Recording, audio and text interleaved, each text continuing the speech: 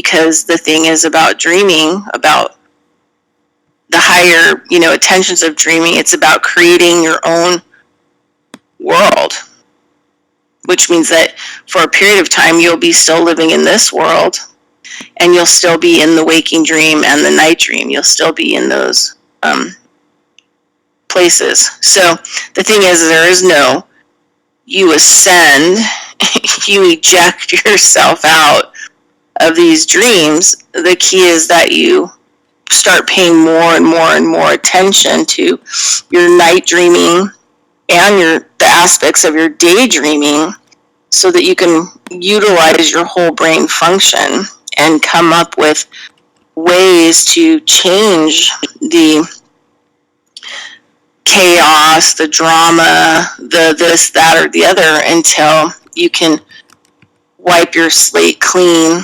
of information. So it no longer plays out. So I may still be in this world, but I operate totally differently in my waking dream than, say, I would have 10 years ago, because of, working out. And I'm like 50 now. So it's been like a long process. So to simplify it, you have your night dream, which is, your subconscious mind. And we could say, which I'm going to change that. Well, we'll leave it at the subconscious mind. And then you have your waking dream, where you wake up, you have coffee, you get on the computer, you do whatever you're going to do in your waking day. And it seems like it's a polarity, but it's kind of the same world. It just has polarity. One's at night and one's during the day. And it's a program that you've been taught to live in. At a certain point, when it's dark, you go to sleep, and you are living in the night dream. And during the day, you get up when it's light, and you're dealing with the daydream. But they're not really any different. So in a lot of the work that I've been taught, basically, it boils down to my left hemisphere deals with, and this is how I've kind of connected it with a lot of the work that I do with the brain and how the brain functions. And, when I'm actually working on somebody physically, how do I, turn on their whole computer system, which is their brain, and get it to operate together so that a lot of the polarity starts to vanish and go away. So then the polarity of health versus disease goes away, right? So they're somewhere in the middle of those belief systems. So the night dream, you can do a lot of amazing things. You can use your right whole brain function, which is omnipotent, and it can take you wherever you want to go. In your night dream, you can, and we're just talking about the regular subconscious night dream. You can fly, you can, go visit people all of a sudden. 1 minute you're in a car driving, talking to people, and the next minute you're in a house doing something. The next minute you're going to be over here doing this. And so somehow in the night dream, you're transporting yourself, your full self, from one place to another. You may be flying, you may be doing all kinds of different things, right? You may be swimming underwater without needing to take a breath, whatever. That's the right hemisphere. That's the omnipresence, right? That's being in the now, right? It surpasses any kind of language. It surpasses any kind of belief system, because it would be where, if you want to call God, whatever you want to call it, that's what God is the right hemisphere, is void of any type of limitation. And then during the waking day, you have the left hemisphere that rolls out, which is pretty reptilian. It deals with language, it deals with technical things, it deals with right, wrong, and it thinks about all these kinds of things, because your survival is determined on it. Getting things right, pleasing other people, because there's things in the waking dream that need that, you being very technical in it, right? So for me, the early parts of dreaming work were about me bridging my night dream with my daydream so that it became seamless. So being able to bring some of that, right hemisphere, no limitation into my waking daydream to, I don't know, we'll use the word manifest or whatever else. I hate that word, but it's another word I don't like, but we have a limited system, but that we could create something in the waking dream and reality from the unlimited part of our brain, the right hemisphere, which usually just only operates a lot at night. Then being able to take some of my left hemisphere technical part of my brain and being able to use it in the night dream, which is, I think, more important, because being able to technically stop things from going ahead of myself, I think for me, that was the most important aspect of me to be able to gain, I don't think you really ever have control, but to be able to gain control of my waking dream. Choose how my health is going to be, create how my health is going to be, create what I want to do, how I want to feel. I may not be able to actually change what's impacting me from the waking world. I may not be able to change what's impacting me completely from the night dream or the daydream, but I can actually get into places where I'm not a ship in a storm, on the ocean storm, being dismantled by the storm. I actually can be in the storm, being impacted with what's going on with me, and still stay solid.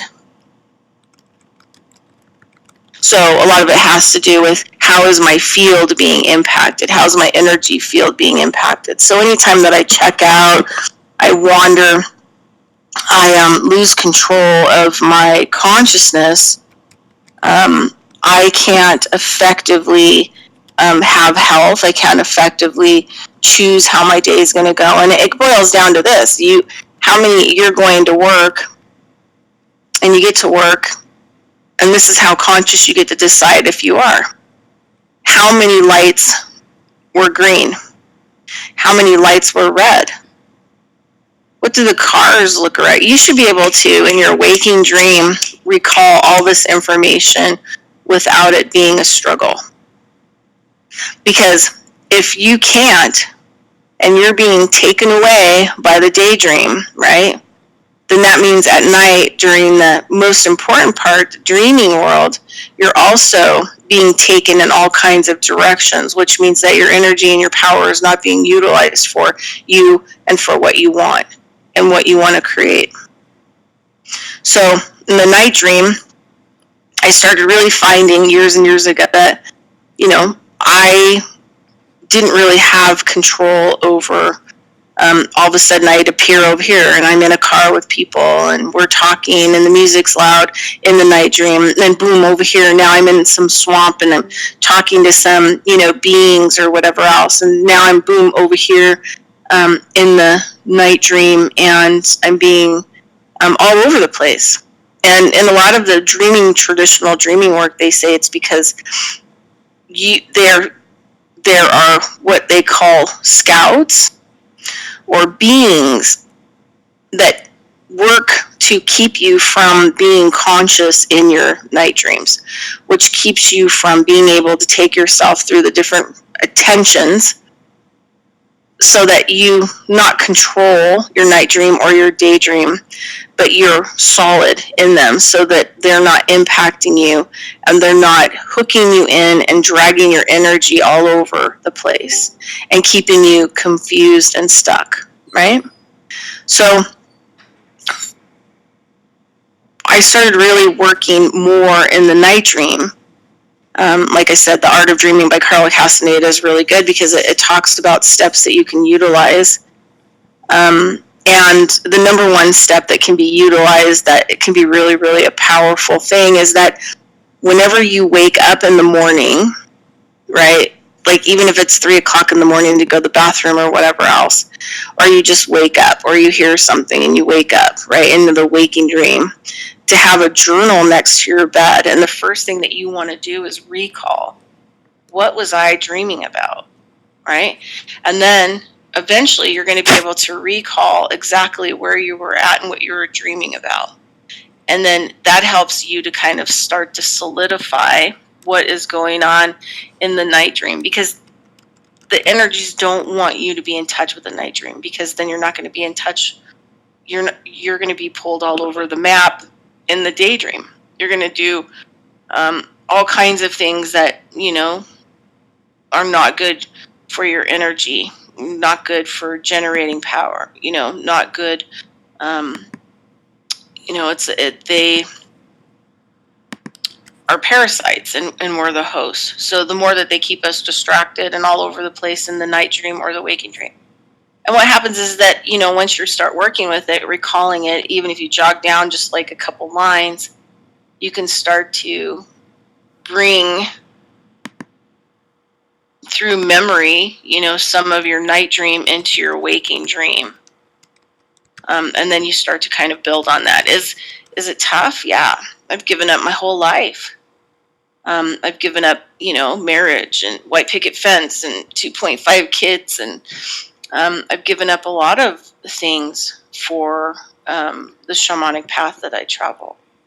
Because I feel that, there may be a point in time where I choose not to physically die on this planet, but I choose to cross through. And the only way that I can cross through is if my waking dream and my daydream cross over. Like, it's interesting, during the day, people, and I love smoking weed, just so people know out there. I don't drink at all anymore. I absolutely, positively don't drink, because it really damages the brain, and it damages the ability for the brain to actually be in whole brain, working as a unified field, which means that you're trapped. You're severely trapped. And not only that, but they, what they call alcohol, they call it spirits. And so not only are you severely trapped, but what happens is that, the spirits start to take hold, which are other beings, into your field and your space. And they're the ones that are drawing your energy and hooking your attention, right? So that they can draw your energy out of your field. And it's interesting. So during the day, people want to drink and get really heavily stoned. I like to take a few hits, just kind of not get really plowed, but I like to use it for kind of tapping into my right hemisphere sometimes, like if I have to get a lot of work done, or like say website building, things like that, which kind of like are mundane, but you can get kind of more creative with them. But during the day, it's interesting because I watch people and they'll drink, so they're trying to check out. They're checking out, and they're bringing on their night dream, right, kind of experience. So they're fogging themselves up and clouding them, and so that they can check out, which is like what the night dream's about. And then, then they can't sleep at night, and then they're up all night kind of in the waking dream. So people use things that actually complicate and make the systems worse and harder for them, to have a structure and you be able to deal with them. So I always tell people, like, you just got to be really careful, and that some of this kind of stuff, and it's not for everybody. It's the path that I've gone down with shamanism, has literally been terrifying. There are extremely terrifying things that have happened, that I've seen, that I've been exposed to, in order to be able to stay awake in the waking dream in the face of things that just want to shut you down, and your brain just wants to black you out, right, and send you into the night dream. So this is kind of like what I look at is that, the basics of dreaming or dreaming medicine, without dreaming medicines and the dreaming drugs that are out there that we talked about earlier, it's about gaining control over the two dreams that you're having and being able to bring them together so it's one operating system. And it's funny because the better I get at this path, it doesn't matter if I'm asleep or if I'm awake. I deal with everything the same way, right? So it's seamless. But I see a lot of people who don't want to get out of bed. I see a lot of people that sleep all day. I see a lot of people who are actively, super depressed because they don't feel that they have any control over these states. And that, plays more damage into the subconscious mind and creates more chaos in your outside world. Because if you don't want to wake up and you don't want to show up in this world, there's a lot of problems. You eventually won't make any money, and you won't be able to pay your rent, and you won't be able to eat the kind of food that you want to eat, and you're not going to be able to have the kind of lifestyle that you want to have, right? So you have to participate in the waking world and also just work on creating the seamlessness between the dreaming world and the waking world. And then you can start working on kind of like the other parts, moving into the different attentions through the different processes of gaining control over your night dream. And so I don't have those kinds of problems anymore. And I can look at the most horrible stuff that's happening on the planet, and I don't have all this emotion towards it. Like I don't have like a lot of emotional stuff towards any of it. I can get up on the happier side. I can wake up happy and exhilarated and full of energy. I go to bed that way. And so I'm constantly working seamlessly on both of those that were stuck in here. And then periodically I move out. Like in the last 10 years, I can actually be awake and have night dream experiences. But the most important part for me is that the night dream is not changing all the time.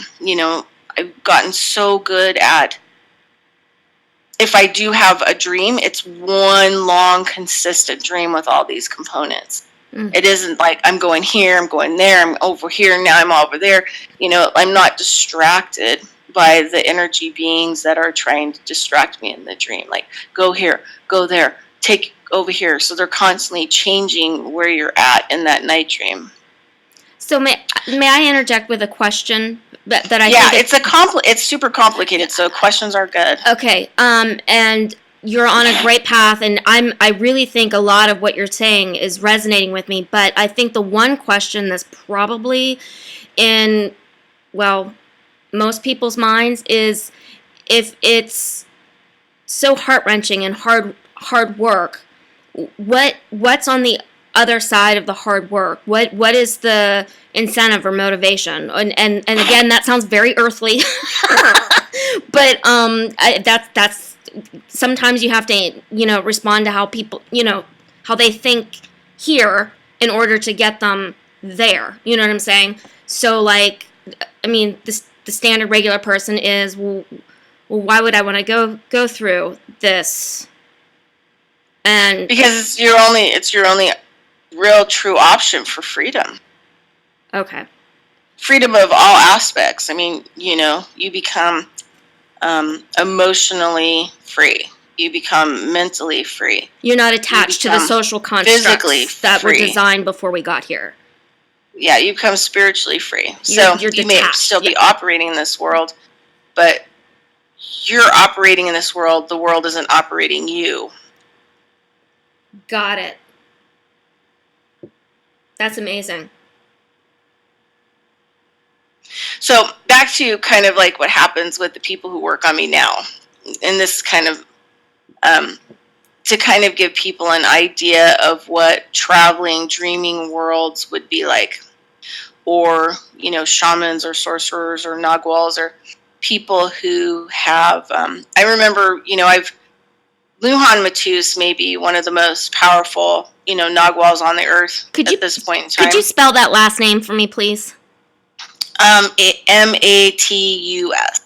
And he has his books on Amazon. And I was lucky enough to interview him twice. And it was kind of really trippy how it all happened. But he talks about how the reason why he didn't take, basically him in his physical form once he learned a lot of this stuff, and he could literally travel wherever he wanted through dreaming worlds and whatever else. He said because a lot of it's pretty lonely, Yeah. And so he wanted to still be around humans. So I think he still does trainings and things like that with people.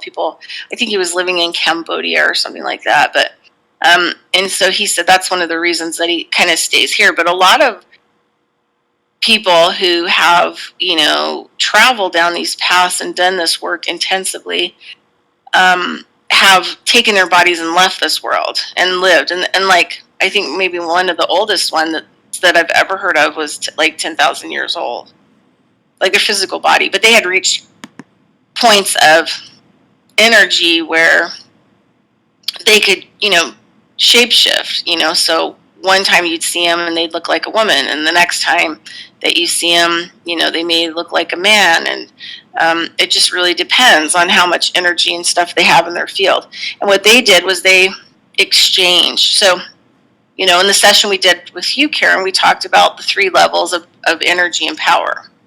And there's the one that you're born with from your mother. And so if your mother is traumatized or sick or stressed out or not happy or mentally ill, you're not going to really get a whole lot of energy into your energy field, right? So when you separate from her energy field, you don't really have a lot because she didn't really have a lot. Then there's your life, how everything's puncturing holes. Everybody that comes into your field, screaming, yelling, guns firing, bombs going off, post-traumatic stress events, emotional events, harsh words, all these kinds of things can puncture little and small holes in your energy field, and your energy's leaking out like Swiss cheese all over the place. And in some cases, it can be, your field can be feeding stuff so far in your past history because it was so traumatizing that you're not going to remember it now.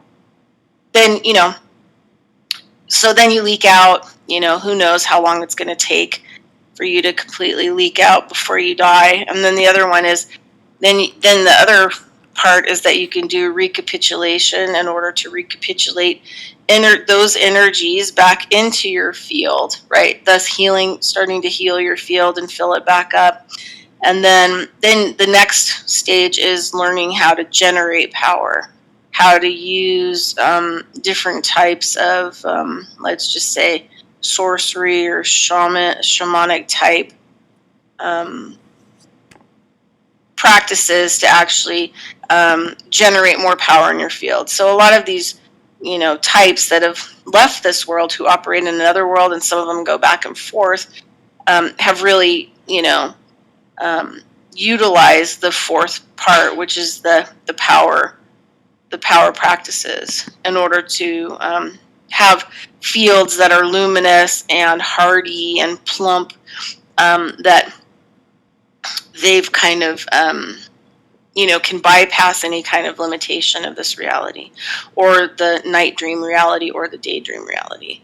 So the thing is, that's kind of interesting, is I was thinking about this yesterday. I was watching one of those, things on TV where the person's stuck and they keep waking up, right? They're like stuck. They feel like they're kind of like cursed or bound in something. And so they keep waking up, and eventually they notice that they keep reliving the same thing over again. Well, that's kind of like what we're doing in the night dream and the daydream. We're stuck in a pattern, and we'll call it looping, right? So remind me to get back to looping so I can give people kind of a very physical idea of what looping is. Like, and what looping means. And that's basically what it is, but how you can figure out the looping. Because there are key components that your mind, once your mind starts to like pay attention to everything that's going on around you all the time, and you could, when you get to work, you can ask yourself a question. How many red lights? Was I conscious? You can make yourself conscious to remember all of these facts and episodes, because if you can't remember all the facts and episodes of your mundane life, you're never going to have enough power to do anything with. It makes sense. Because, yeah. Right. Like, for example, you're running through the grocery store, you see different people doing crazy things, it upsets you, you run out of the store, you pay for your groceries, and you're out of there, and then all day long you feel edgy. Awful. Yeah, and you don't remember what made you feel awful, and it could be the lady who was jerking her child around on aisle 2, and you dropped a whole bunch of energy there. Right. And say you were feeling so good before you saw that, and that just post-traumatic stress disordered you. And then you went into a shock state. You didn't really know how to deal with it. Yeah. And you became disempowered, and so you decided to bury your head in the sand and run away because you didn't have time to personally deal with it. Doesn't mean that you have to deal with it one-on-one with that person. Right. What's being asked of you is like how you're personally going to deal with that situation. Right. A lot of times I'll just go outside, sit in my car before I leave, and rethink my whole, grocery store experience, and then I'll recapitulate that energy back immediately. But if I'm not paying attention just to my daily life, and I'm not gaining control of my night dream and knowing what I'm doing in my night dream, then I have zero freedom. Okay, let me be clear. clear. There are other things that are controlling me and utilizing my energy and my power. Okay, so to be clear, recapitulation is one tool, and then the questions where you're asking yourself, how many red lights did I hit on the way to work? That is a tool to bring your left hemisphere into your right waking dream, correct?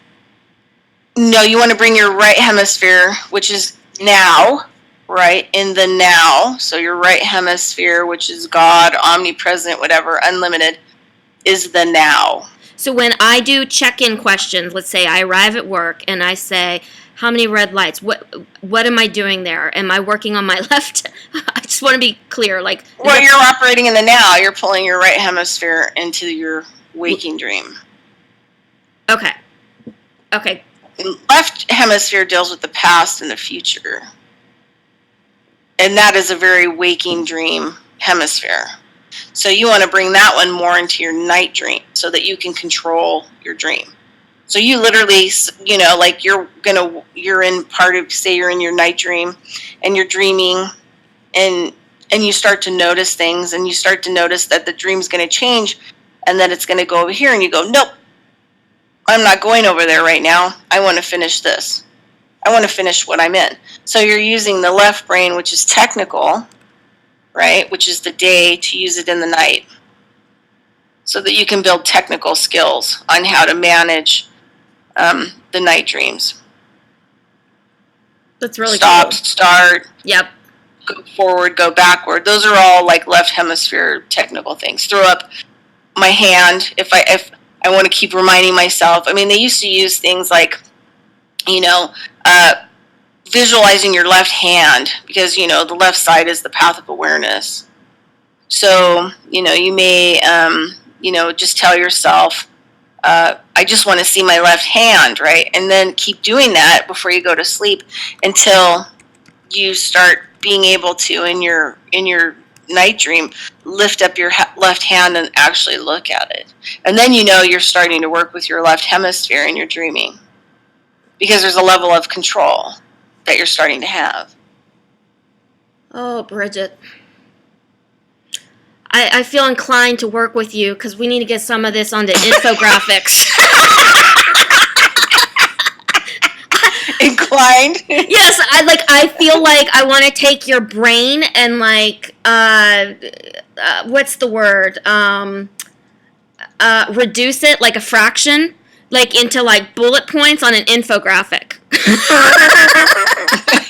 It could be a great marketing tool, free downloads on Bridgette's website. We can talk more about that, but upload some, I sit here and I try to visualize everything you're telling me into like manageable parts, because it's all so, like you said, it's complicated, but when you get it, it clicks. And it's actually that's one thing that I kind of pride myself on in shamanism and this type of work, is that I really try to bring it down to a basement level that everybody could really understand. You do, but I don't know that. I don't know if the shamans know how low we are.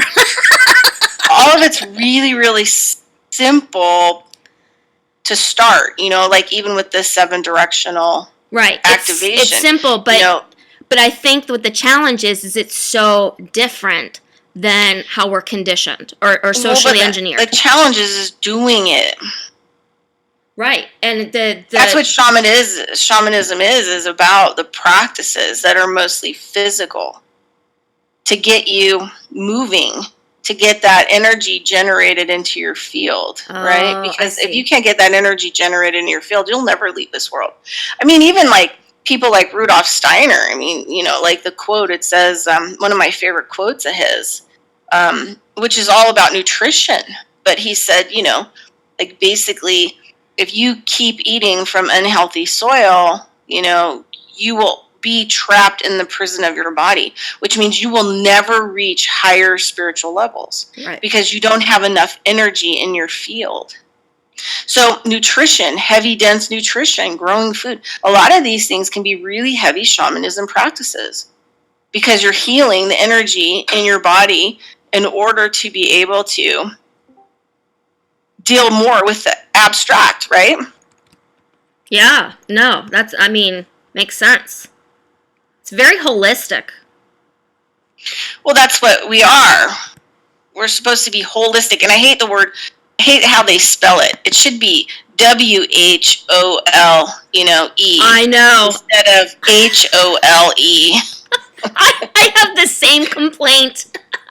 You're like, hole, so I'm going to have a permanent hole in me. I'm going holistic and I'm going to be a whole.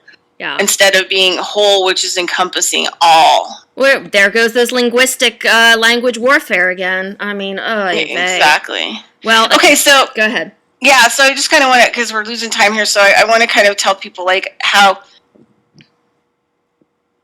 I have 2 people that really help me in the dreaming world.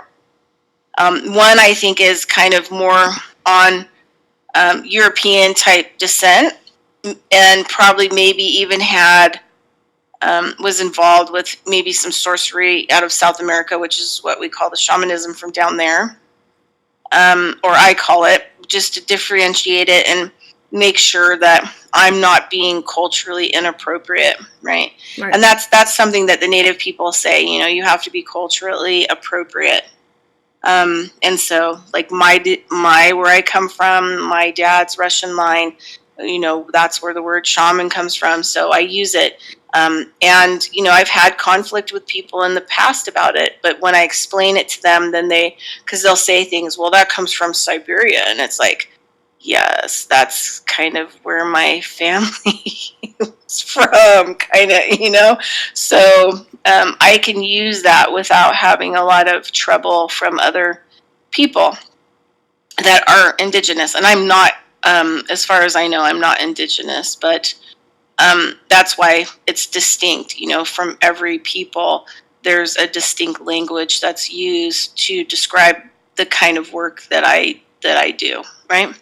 And if you go into a lot of the native work, I hate to use the word Native American because they're not Native Americans. They were here before America. Books like Black Elk Speaks, I really resonated with Black Elk because he used a very similar technique that I do in order to catch the stream of information. And what I'm when I'm working with people individually, or I'm working with an area, say I go to an area and I'm working with the energies of that area, and I want to see, what's happened all through all the timelines of that area, because I need to figure out what's the main component that I actually need to resolve, that I need to release or resolve from that area, so that I can, take off the layers of energies that are collecting there in a negative way and are destructive, kind of a thing. And I also have to know, I tap into this field too, because I have to know if I'm allowed to, am I allowed to do this at this time? Do I have permission, or are there people still living on this land that need to keep interacting and watching the energies that are being tracked to this area escalate into more and more darkness and negativity? So there's a lot of things that I have to be responsible for also, so trespassing, permission, a lot of these types of things are very important, when you're walking these roads, because, you can't have, you have to just really be careful. Self-importance will get you slapped, knocked down, and dragged. So you have to be just really, careful about what's happening. So I'll tell you guys about real quick. I just G7. We're getting feedback from your mic. Could you mute? I don't think it's me. No, it's not. G7. Lenny, do you have the ability to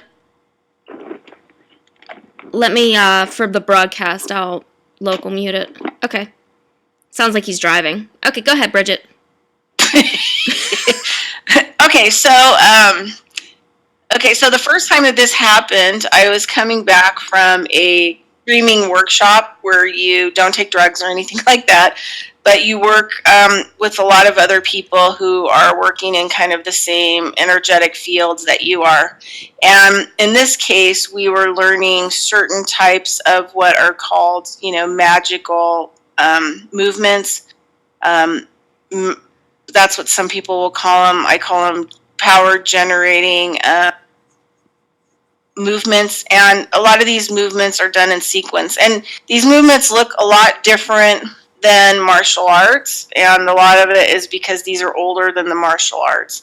And in our world, our waking world, the magic and a lot of the martial arts have been taken out.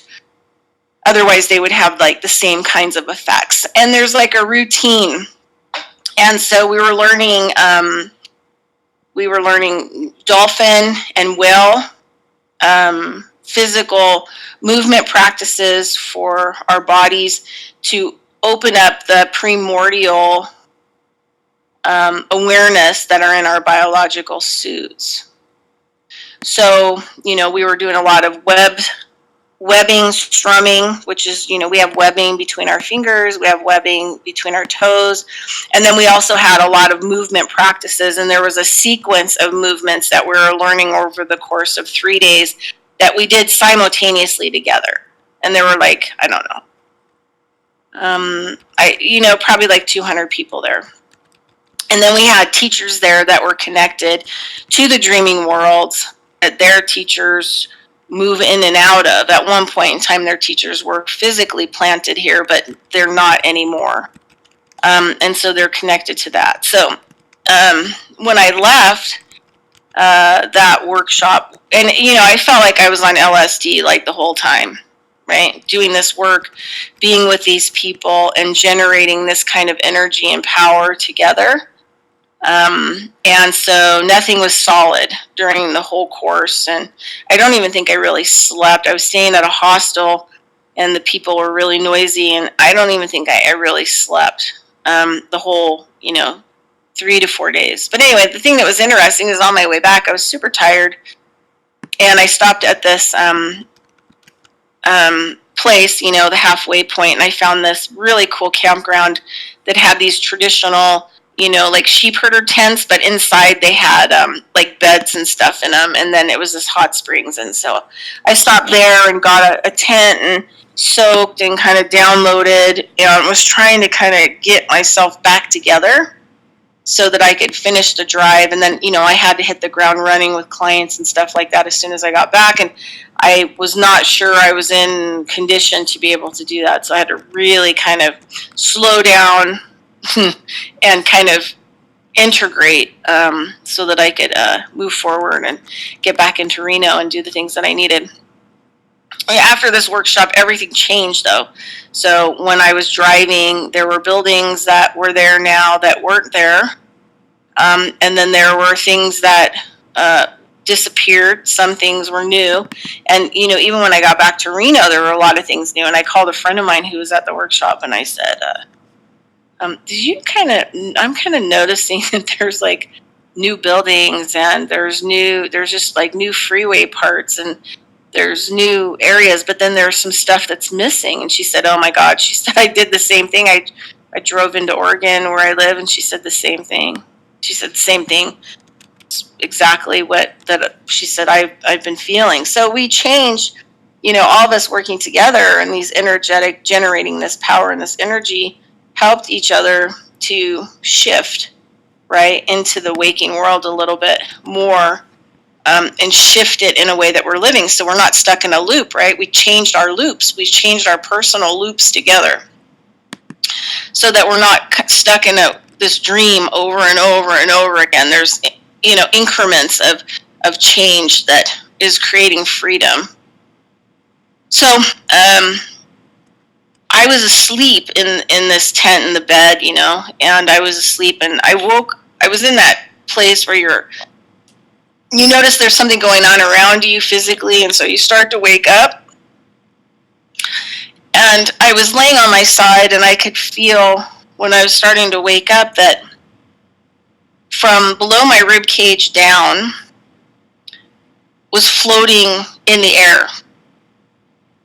And I started to become kind of alarmed. My brain kind of was like, whoa. Where am I?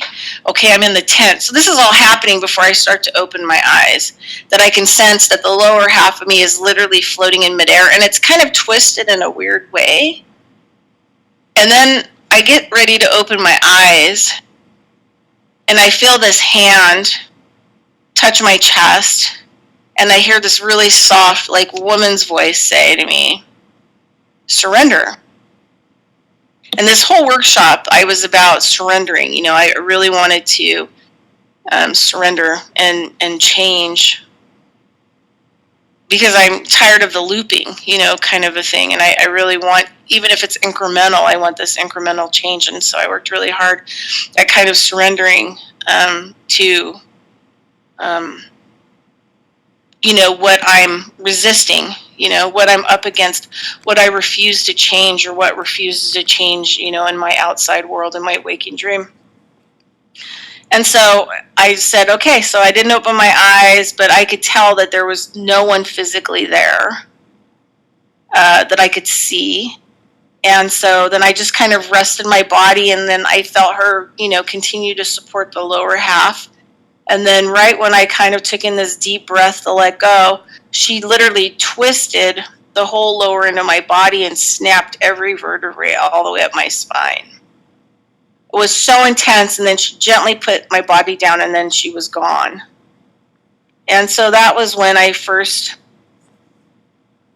know that she was traveling through the dreaming world, but she was connected to the people who were teaching me and these other people at the dreaming, she came to my aid because I needed my electrical system upgraded.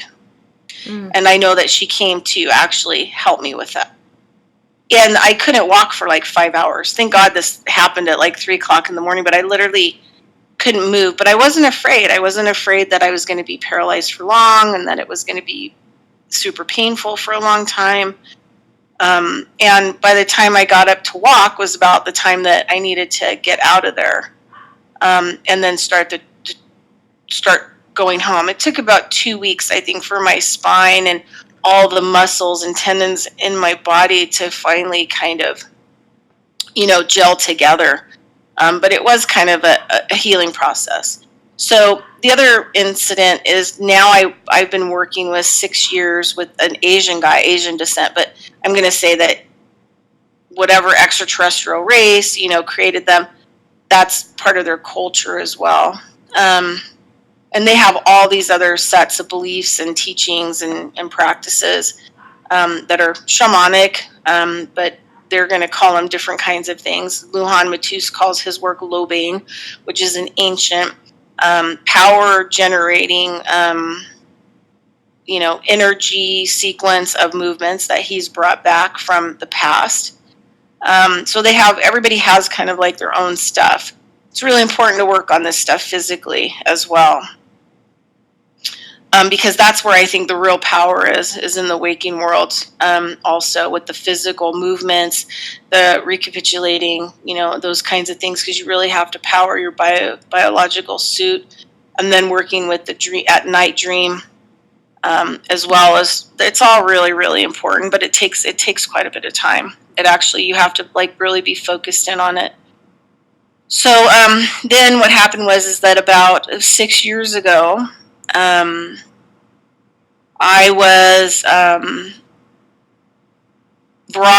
I woke up in the waking dream, and I was sitting in this really amazing giant apothecary, and this Asian man was telepathically talking to me, who I believe is a shaman descent type person, who at some point in his physical life here, he had enough power that he moved himself out of this reality, created his own world adjacent to the one we're in, and created it, built it. And so it had this beautiful brick building that had this beautiful apothecary in it, and he's the only one in that one. But what he does is he goes out into different worlds, like mine here now, and works with people, because he's an old school healer, medicine person, herbalist, traditional, Chinese medicine, if you will. And he pulls you into his world, and then he works on you and fixes you, takes care of you, and then shoots you back out of there into here.